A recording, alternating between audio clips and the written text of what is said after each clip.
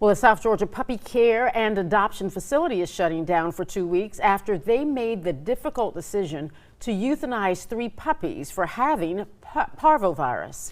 WALB News 10's Ashanti Drake explains that the Humane Society of Moultrie and Colquitt County wants to share tips on how pet owners can keep their dogs safe. When I first got here, I wasn't able to go in the back. The Humane Society members, they were concerned about contact spread, me walking on the grass and then taking it back to the station or even home around other pets. And that's why now they are sounding this alarm about the importance of vaccinations. It was a puppy. They had not been vaccinated yet because they were too young. And usually between birth and their vaccination date, they get all of their antibodies from their mom. But naturally, mom probably wasn't vaccinated either.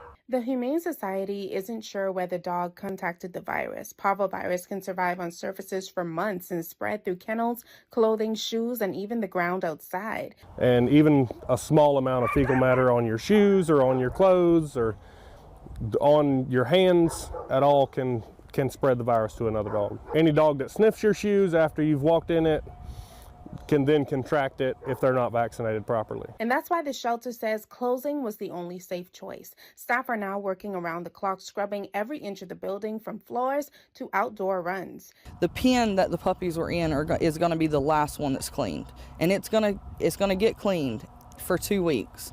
And we're going to, spray it down. We're going to, leave the parvicide on it to try to keep, the spread from happening, because it'll spread fast.